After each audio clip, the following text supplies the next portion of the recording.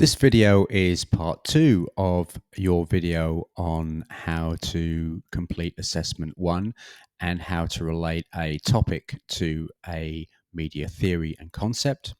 And in this video, what I'm going to do is explain how we can take evidence that society cares about a particular media effect and relate it to a particular theory.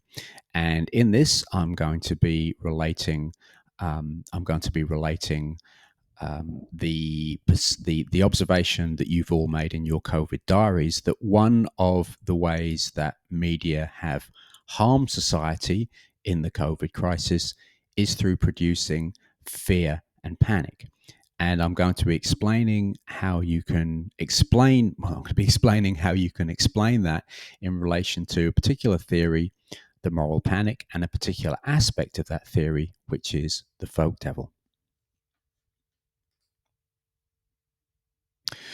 So where we left off last week, in the last video, we said you've picked an idea, picked evidence from some kind of popular source to suggest that media are doing something in society, that media is shaping society in some way, and you are connecting that to some kind of media theory that enriches the debate we can have. So in this case, what I'm going to be doing is I've looked through what many of you were picking out as an example of where your media diaries mentioned the harm caused by media, and just noted the number of people who talked about the production of fear and panic. And I'm going to be talking in the next couple of videos about a couple of ways that we could operationalize that. And the idea that media produce fear, I would say, I'm going to be talking particularly about moral panics in this video, but one of the things I want to alert you to is the fact that all of the effects I'm about to talk to can be seen as broadly operating underneath the banner of ideology, which is a really useful way to talk about how media creates social reality.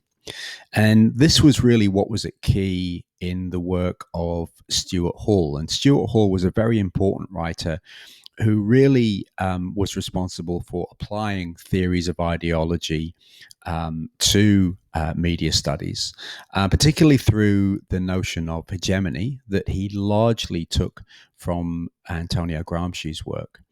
And what Hall argued was that media affects society by affecting what he called common sense, the accepted facts of life that make society work. Now, how can we relate this to social reality? Well, we can relate this to social reality by thinking first, what do I mean by social reality? What I mean by social reality is that we all lead lives which are organized in particular ways. So we all come from families, we all come from schools. Many of us might be parts of certain, religions. We might be parts of certain cultural groups. And what we all know is that those of us who are internationals, we know that, for example, everyone goes to university, everyone goes out and socializes, everyone plays sports, whatever it is. But those sorts of cultural activities feel a little bit different in different countries. So what we know is that societies are organized in particular ways that reflect all kinds of differences. So life isn't exactly the same all over the world. Life is organized in particular ways. And the point of media research is to illustrate how media are one of the things that produces that social organization.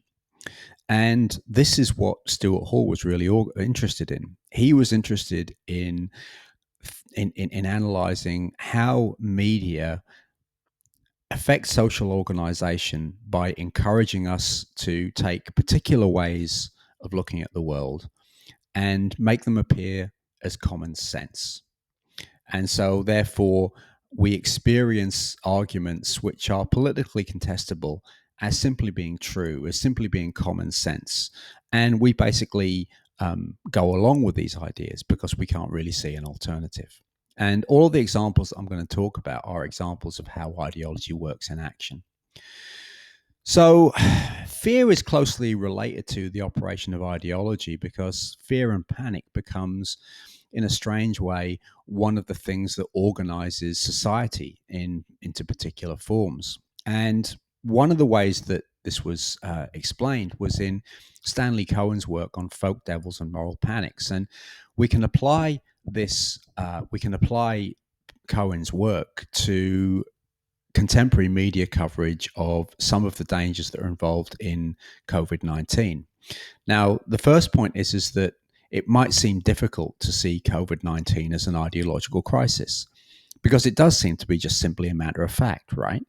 It's a disease, potentially deadly, which is causing catastrophic damage to economies around the world. And those things are just matters of fact. So surely this can't be a matter of, something that's affected by how media tells stories. This is just something that's happening. Well, that's not entirely true because if we look at media coverage of COVID-19, what we'll see is that there are different reasons to be scared, not just of COVID-19, but of things that are happening around COVID-19. And those and media stories very often aren't simply telling us that this is a deadly disease, but telling us that certain people are making things worse. And this is where Cohen's idea came in.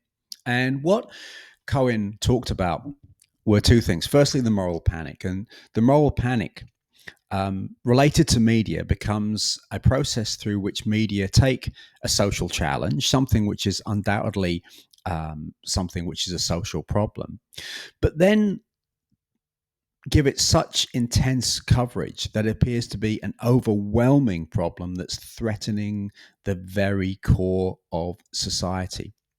And Cohen was particularly interested in the way that young people often become the targets and the subjects of media stories. That in telling stories about how young people are misbehaving, go on to stoke all kinds of fears and panic that this misbehavior is threatening society to its very core. And one of the interesting connections between his work in the 60s and today's media coverage of COVID-19 is the way that it sometimes centers on what young people are doing at the beach. So if you went back to the 1960s, Cohen talks about a series of sensationalistic press stories that were written about young British people who were members of two subcultures called the Mods and the Rockers. You don't need to worry who they were. But there were a series of events where these two groups clashed violently on British beaches.